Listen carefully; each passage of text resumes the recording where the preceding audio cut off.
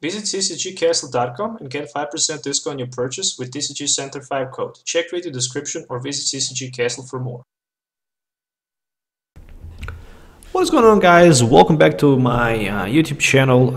In this video we'll be looking at Psychic box deck, as you can see in front of you. So this is the Malamar Necrozma deck, the Psychic one, or just Downwing Necrozma and Necrozma-GX. What is really interesting about this deck is the fact that you can basically use some other powerful Psychic attackers in this build as well. I mean, it's not that you cannot do it in the Ultra Necrozma-GX, you can, but it's just a little bit different, So the first thing you're gonna notice in this deck, obviously, is a Downwing Necrozma-GX. I'm running 2 of them. It's here mainly for the invasion. It also has Dark Flash attack that can one-hit knock on possible, which is a big deal. That Monoclips GX might also be a big deal as well. If you have more prize cards left than your opponent, then you can use Monoclips GX, hit for 180 and prevent all damage done to that Downwing Necrozma from your opponent attacks to the next turn. Technically, with the Choice Band and the Beast Energy, we can increase the damage for 60 more, so we can technically hit for 240, or with the Dark Flash for 180. Some other cards in this deck are going to be Necrozma-GX with the Light's End, so we can prevent all damage done to this Pokemon by Colorless Pokemon, so we can use Prismatic Burst and hit for 10 plus 60 for each Psychic Energy we discard in this way, or we can use Black Ray GX, and in some matchups where we're gonna play against maybe Zoroark decks, hit all Zoroarks for like 100, which is insane.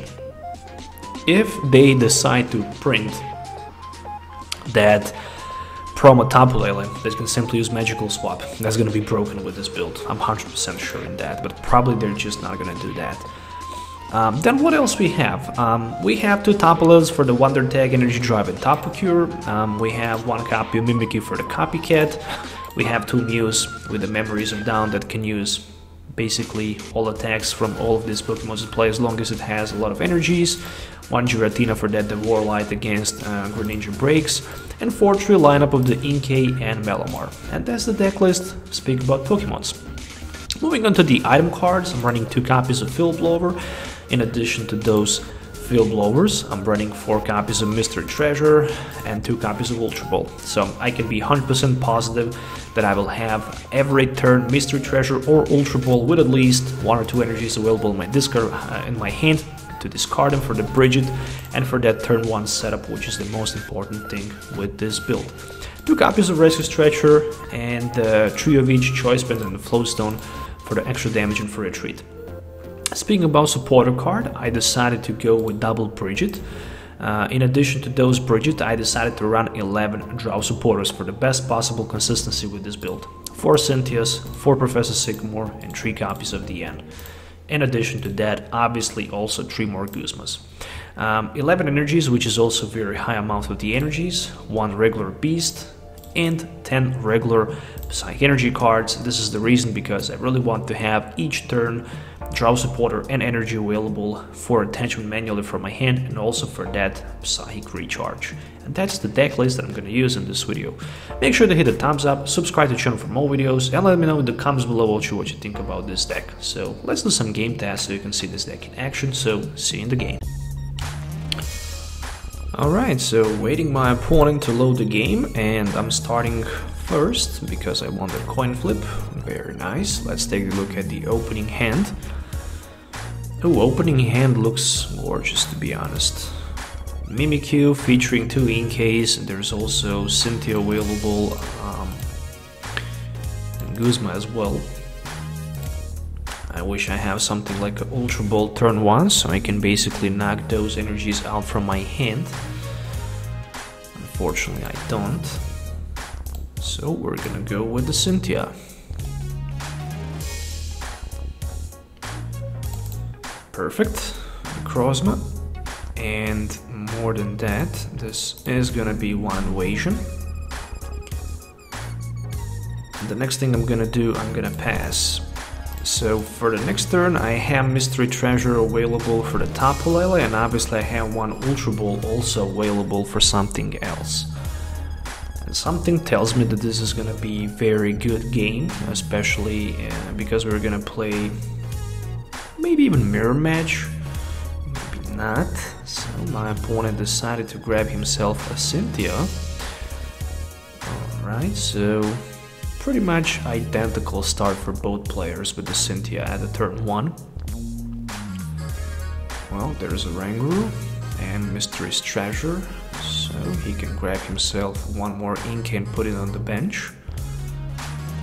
If he can discard maybe... Oh, so he decided to go with the Ultra Necrozma-GX. Alright, so if he can discard one more or two more cards from his hand, he can also use Adventure of Instruct, so it looks like this is gonna be Instruct for 2 extra cards. I'm not running Rangaroo in my build, and it's my turn.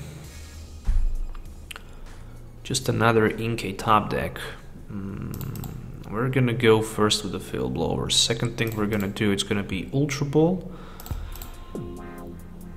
And this Ultra Ball needs to be for 1 Malamar. And 2 Malamars are actually prized, which is a nightmare in this case. Oh, I don't like that at all. I was thinking how this should be a good game, but right now when I see that 2 of 3 Malamars are prized, I simply cannot be happy. At least I can accelerate 1 energy per time, plus I can also attach 1 energy. So this is gonna be 1 Psychic Recharge. Obviously 1 energy should go to my Necrozma-GX. More than that, Beast Energy to my active Necrozma. I can also do something like this, and I can pass my turn. Okay, not good at all, because other Malamar was prized. There was also no sign of the energies in my discard pile. Can my opponent pull somehow knockout here? I think he can. But the big problem for him is... Oh, so he decided to gamble with the Downwing Necrozma actually, so he can have that Invasion and possibly Retreat. If he misses support a card with Instruct, I might be in a good position. Oh, so he pulled that N. Alright, I'm happy to see N, definitely. Nice. Float Stone with 2 energies. Theoretically, if he knocks me out, I might be able to respond knocking him back. Yeah, I can't do that because I have Choice Band and Mimikyu available. This might be a very nice turn, especially if he have energy in his hand. And he had 1, so I'm gonna lose my Downwing Necrozma as well as the Beast energy, but I'm gonna respond back immediately. 180. 180 with 2 energy cards. That's a lot if somebody gonna ask me.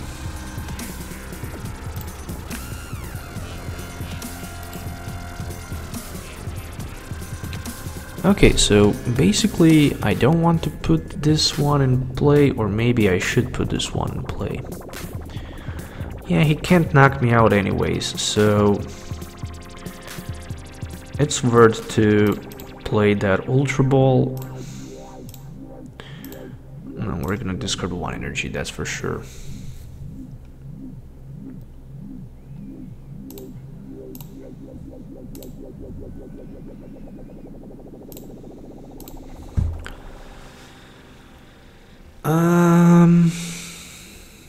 Mimikyu or maybe Necrozma. The question is pretty much is the same. Pretty much is the same, but I'm gonna go with a Mimikyu for now.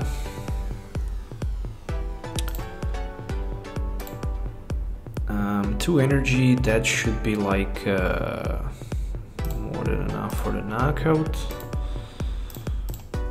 So retreat and copycat for 210, if I didn't calculate it wrong, and I didn't.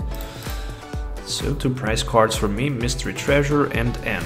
and I didn't find that Malamar, but at least I managed to get draw support, which is very important. However, on the other side, my opponent cannot go for the one-hit knockout. He cannot do a return KO by any means, but he can knock two tools from my Pokemons in play, which is not bad at all. So I still have my Necrozma available. The reason why I decided to go with the Mimikyu was the fact that if I use my Necrozma and if I waste all of the energies for the Prismatic Burst, in that case I would need to have 3 energies. Compared to Mimikyu, who only needed 2 of them. And then after that you cannot copycat again, because your opponent does not have enough Pokemon or energies available on his bench. So somehow that was much better option. Plus for the next turn I'm gonna have that Black Ray or Prismatic Burst. Even Black Ray does not sound like a bad idea, because after that I can even finish the game by knocking his GX or GXs with just a single you know, Tapu Lele energy drive. But obviously I'm not gonna try to do that. So there is energy on the Mew. Okay, who knows? Maybe my opponent plays something like a Max Elixir. Who knows? Maybe. Still he can energy drive for like 40 because I have weakness. Oh, I don't have weakness. Yeah, Mimikyu does not have weakness. That's insane. And yeah, that's pretty much it. Energy drive for 40. I just need to find a way to retreat somehow. First, obviously, we're gonna knock that Inkay out, and after that, I'm gonna go with the Cynthia, even better top deck. Float Stone is here. What else you need? Pretty much nothing. One more mystery treasure to be played. We really want to have those energies available in a discard pile. I don't know why I didn't grab Pokemon into my hand. I simply don't know. And he decided to concede. The moment he saw that energy attached, he decided to concede because he didn't have another Malamar available on the bench. With only one Malamar at a time, you cannot do too much.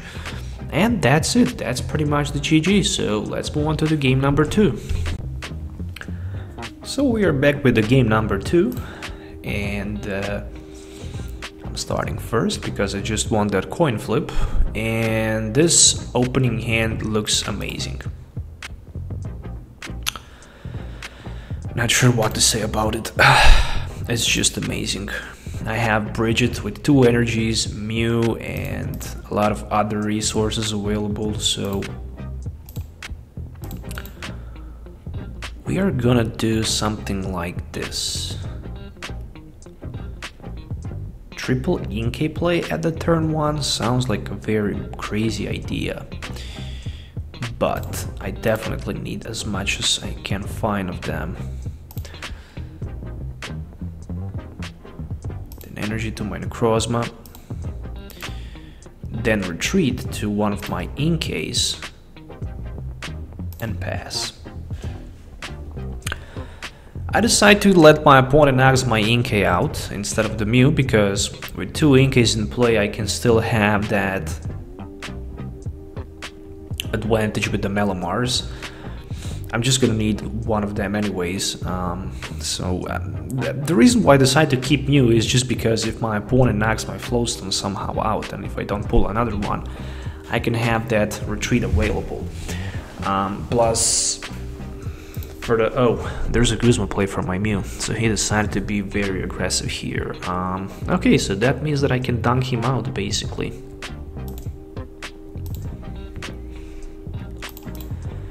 Yeah, theoretically I can do that. Theoretically I can do that. I just need one Malamar energy card.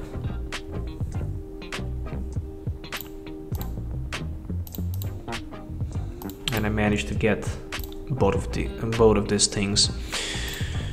So Malamar and well play. Who knows? Maybe my opponent just didn't realize that he's gonna play versus weakness, so he just decided to do something like this.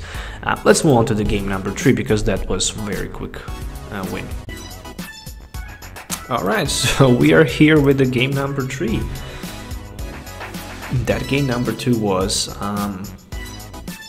very quick game. I mean, my opponent had only that BUS available, with no other basic Pokemon on the bench, and I managed to dunk him out.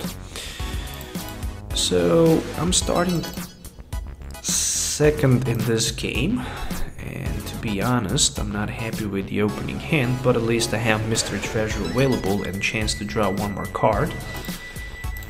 Still don't know against what type of the deck I'm gonna play, but I see Acerola, which means I just need to have that one-hit knockout against my opponent Pokemon in play.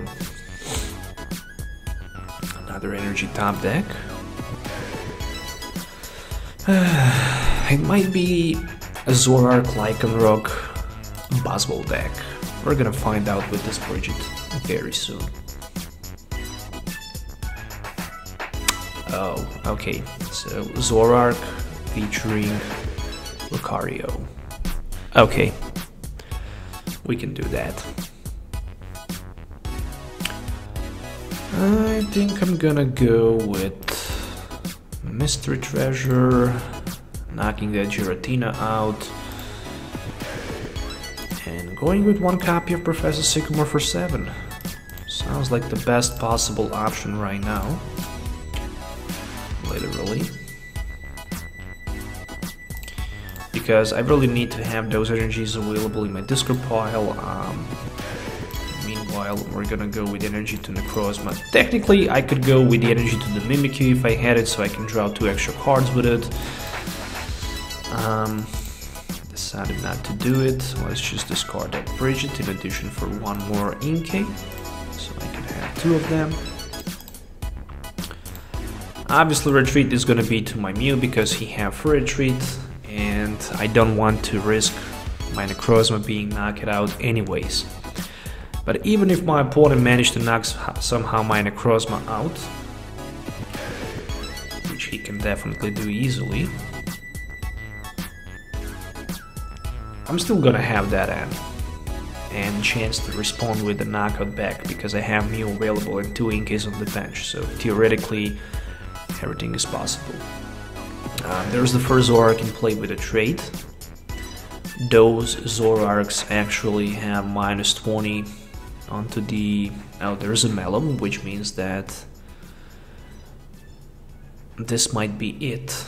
This might be it. End of the turn for my opponent after that Malamar play.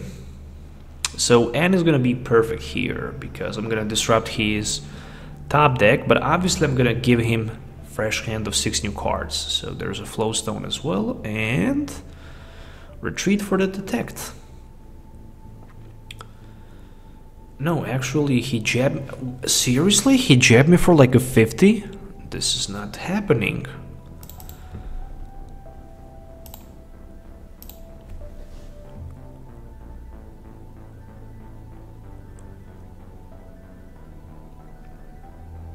Okay, I have Ultra Ball available. And I have energy available in my hand as well. So, yeah, well played, definitely.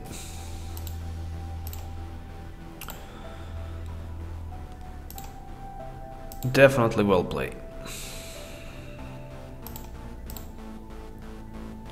We're gonna go with 1 copy of the N. Another Inkay, another Malamar, but no sign of nothing else, so that is not something I was hoping for. At least for the next turn I have Guzma available, so that's something. Right now I'm taking 1 prize card with the Prismatic Burst. Next turn I can technically use Black Ray GX and hit for 100 all of my opponent Pokemons in play, you know, that are actually GX or EX. Or I can simply use Guzman and try to one-hit knockout maybe potentially his Zoroark. I'm not sure if that's going to be possible, but we're going to find that out. At least I can get knocked maybe against one of those. The Ansys on the bench, or maybe... I don't know, 230. I need to deal 230. With 3 energies, I'm going for 190 plus 30, 220. So I'm short for like 10.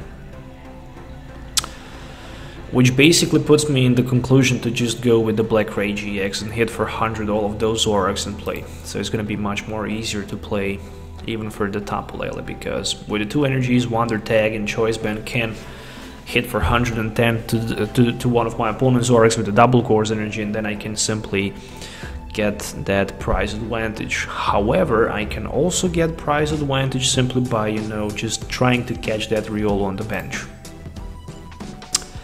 And personally, I still feel it's much better to just go with the Black Ray GX.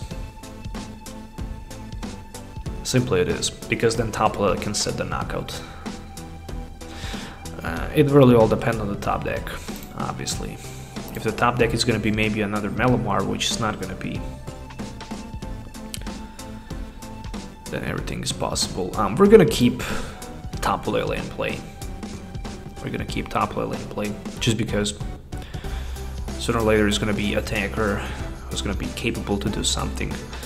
So no sign of the energy. Wow, that's amazing. Which only means one thing.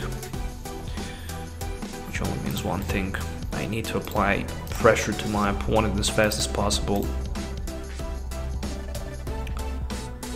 And in this case, we're going to go for the knockout against that Riolu. This might be a bad decision.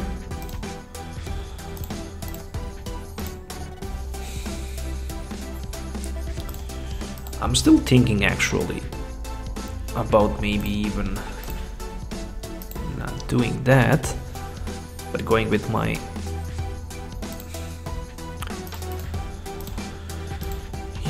he still needs Lucario, strong energy, and Choice Band anyways.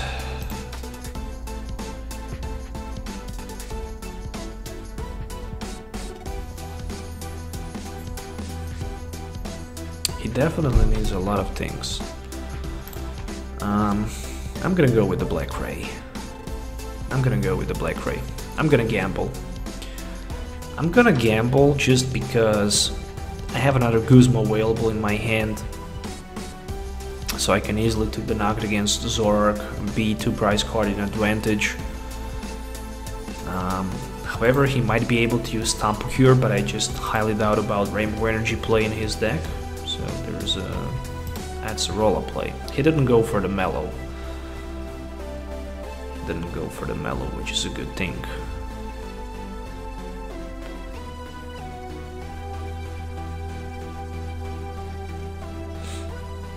Okay, Adzrola can scoop one of the Zoroarks from play, which is good for me.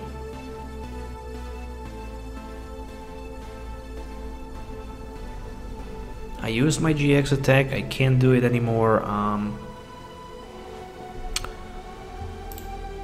So theoretically, Tapu Lele might be good for attacking next turn. Oh, there is a strong energy, however, will there be a Lucario? We shall see. He already... he can jab me at least. Yeah, he decided to do that.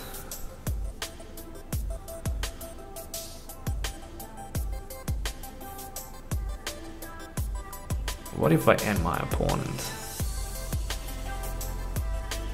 Or what if I just play Guzma on him?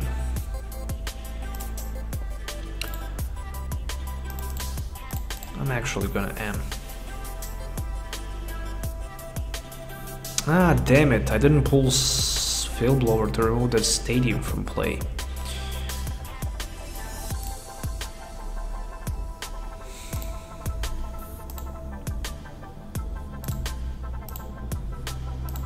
I'm gonna be knocked out anyways, so I'm gonna power up my Tapu Lele so I can respawn, knocking back my opponent. Zoroark anyways. If he don't get, meanwhile, fresh one in play. 380. This Pearl City makes so many problems. And I couldn't find my Field Blower, I'm running 2 of them. and right now he managed to get Field Blower. Without fresh Zoroark, my opponent might not be able to survive turn. However, if he knocks me out, I might be able to use that Monoclipse GX attack, possibly even knocking his Tapu Lele out. So he decided to place that N, and the opening hand after that N looks good, because I have Sycamore for 7.